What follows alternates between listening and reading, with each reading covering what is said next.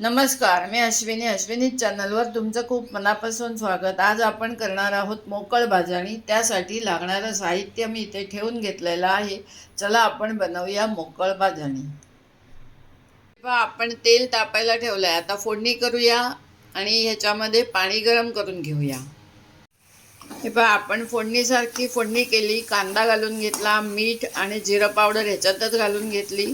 आता ह्याच्यात पाणी घालायचं आहे, जेवढी भाजणी घेणार तेवढंच पाणी घालायचं आहे। पाणी उकळलं की मग ह्याच्यात भाजणी सोडून द्यायची आणि वाफ आणायची।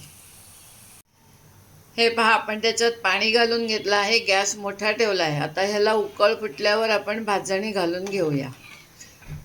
या पाण्यामध्ये सर्व साहित्य घालून घ्यायचं आहे, मीठ, जिरा पावडर।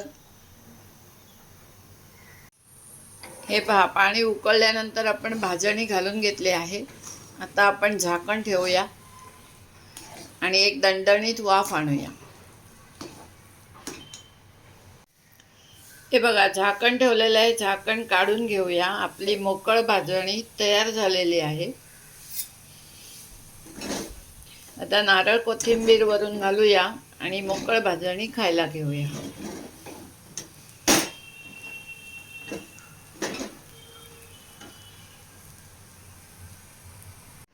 हे पहा मंडळी, अशा पद्धतीने बनली आपली मोकळ भाजणी। आवडल्यास लाईक, शेअर, सबस्क्राईब करायला विसरू नका। एकदम टेस्टी मोकळ भाजणी।